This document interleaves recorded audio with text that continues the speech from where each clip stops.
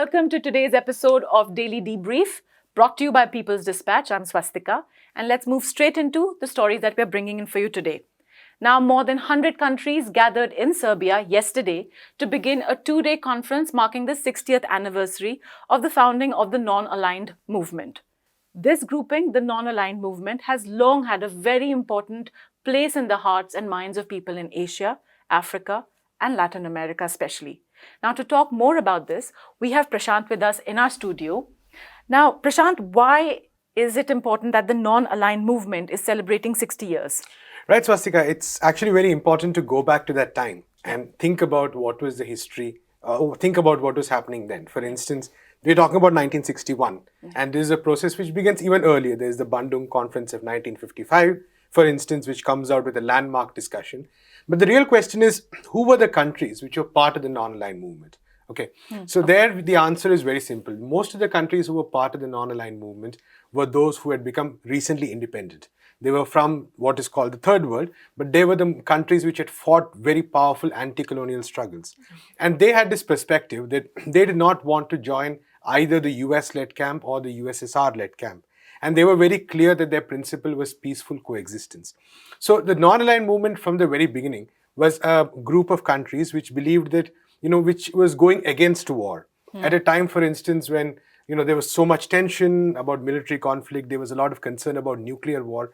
One of the key aspects of the non-aligned movement was its focus on peace. That's point number one. Point number two is the fact that there was a very strong understanding or underpinning of anti-colonialism in it. There was a very strong underpinning of racial justice in it. There was a very strong underpinning of movements against exploitation.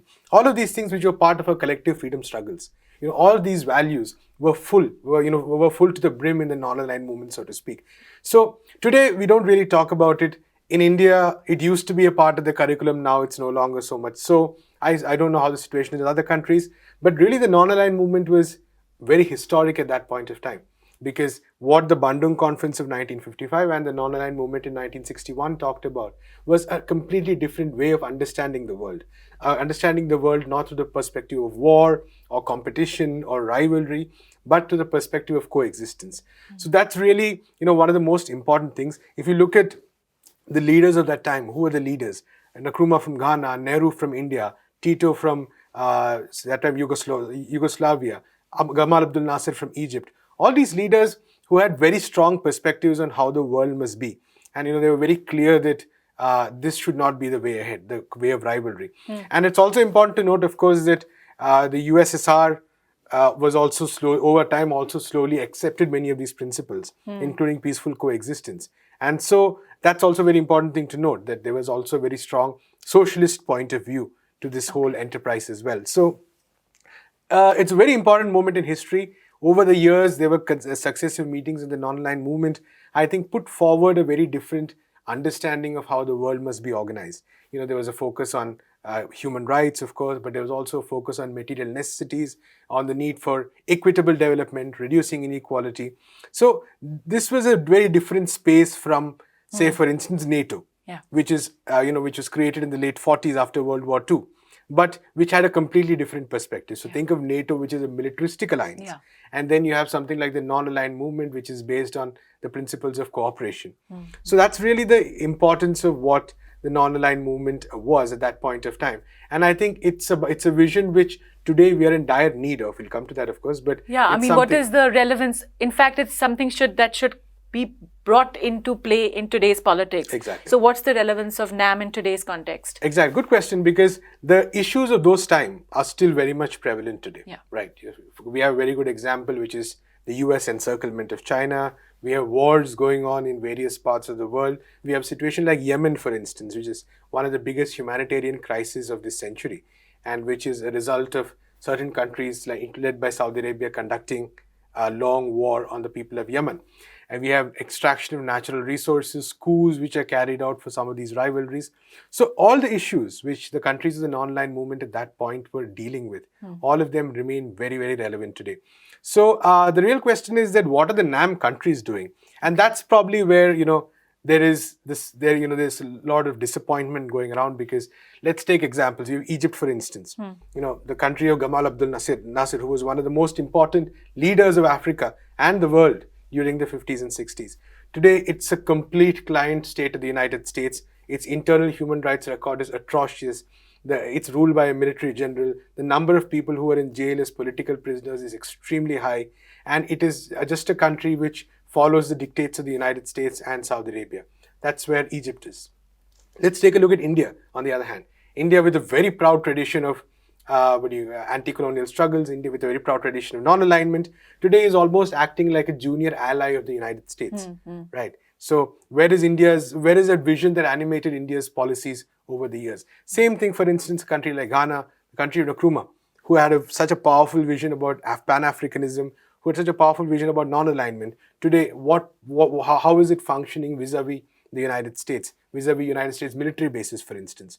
So all these are, I think, very important questions that we need to address. The fact that some of the key pillars of the non-aligned movement have today shifted away from it is very unfortunate. At the same time, it's important to remember that the spirit continues.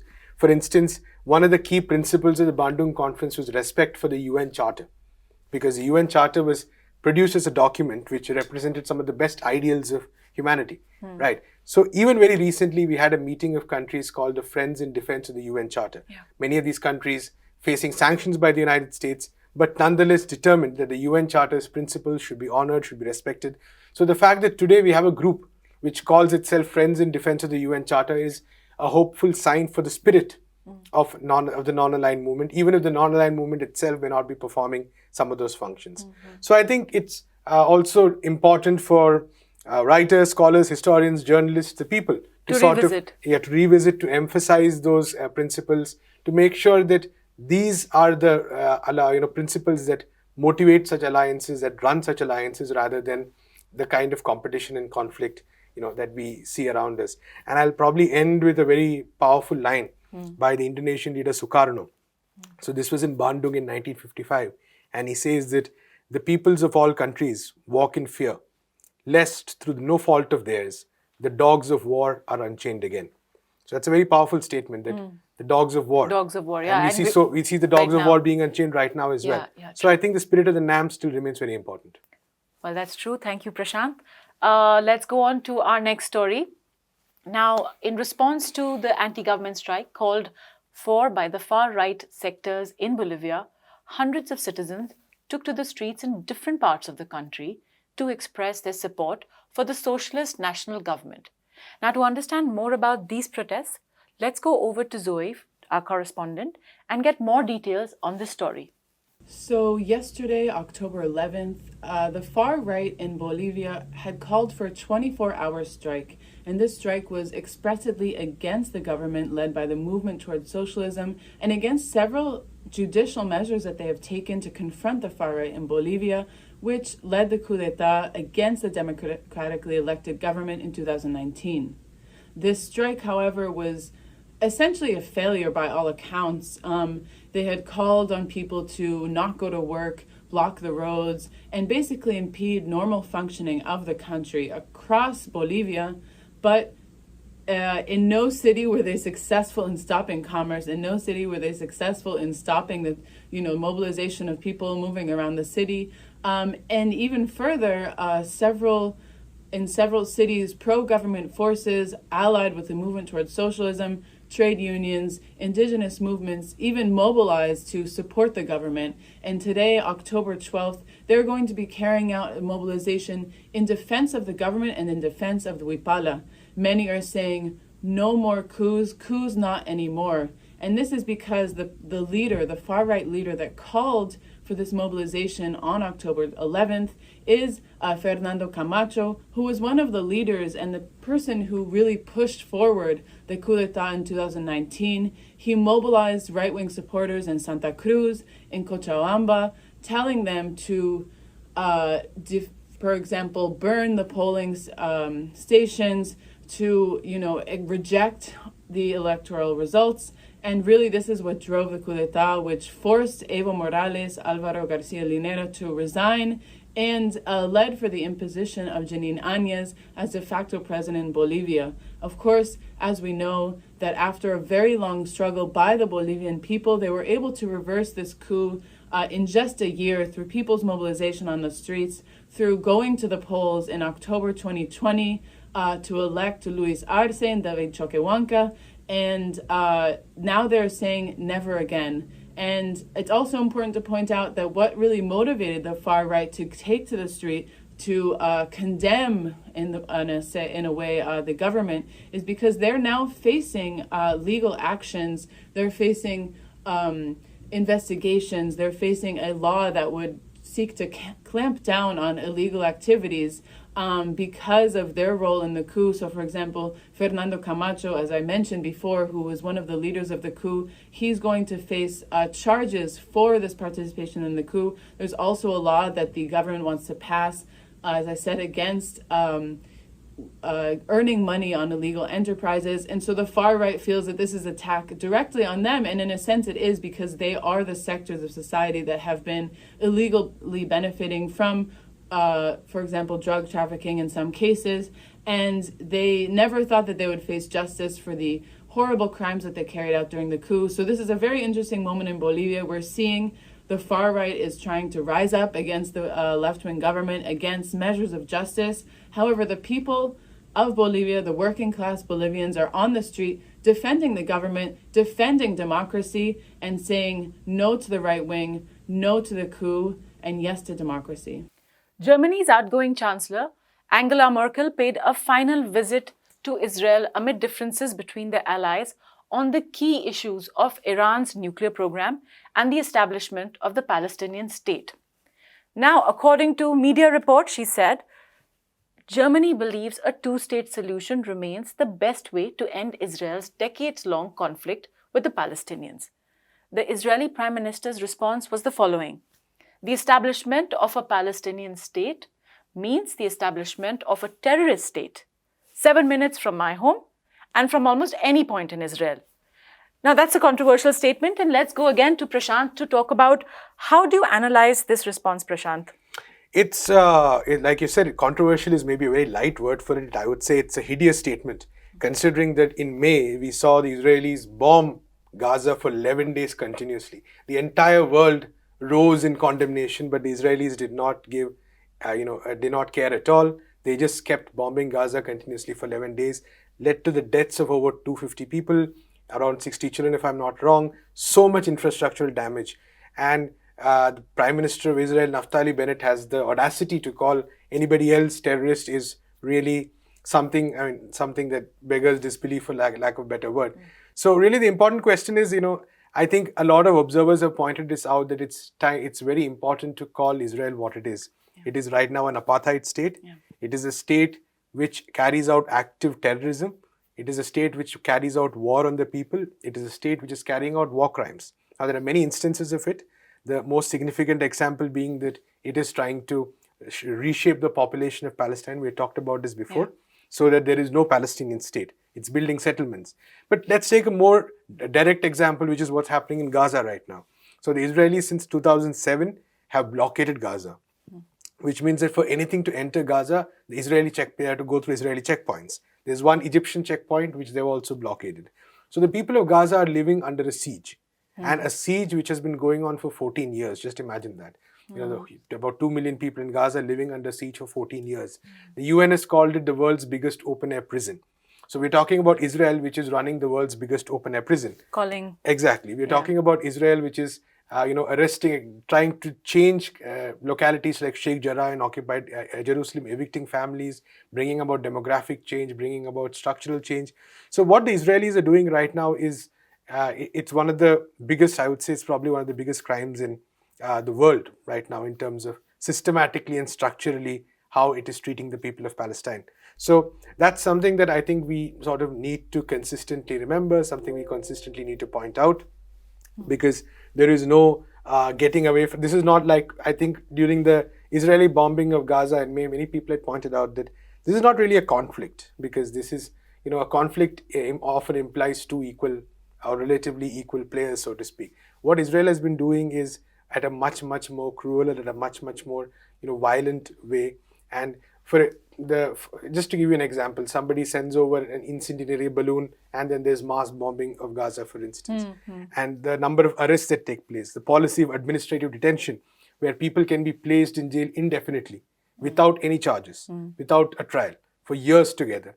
So these are not policies which a regular state carries out. And I think when Naftali Bennett can say something that, the establishment of a Palestinian state means a terrorist state, it really shows to what extent the Israeli government, Israeli state itself has been twisted around. So I think that's where we are. In fact, for the longest of time, the two-state solution for the Palestinians has been the way forward that has been suggested. Now, a statement like this from the Israeli Prime Minister, how does this challenge this idea? How do you view it with this two-state idea? Right. It's a good question, because the two-state solution emerges after the peace talks in Oslo in the early 90s between the Israeli government of that time and the Palestinian Liberation Organization. So the Palestinian Liberation Organization agreed to recognize Israel in return for what was called the two-state solution, which meant that there would be a contiguous, that's very important, the word contiguous. It means there has to be a stretch, and a stable Palestinian state.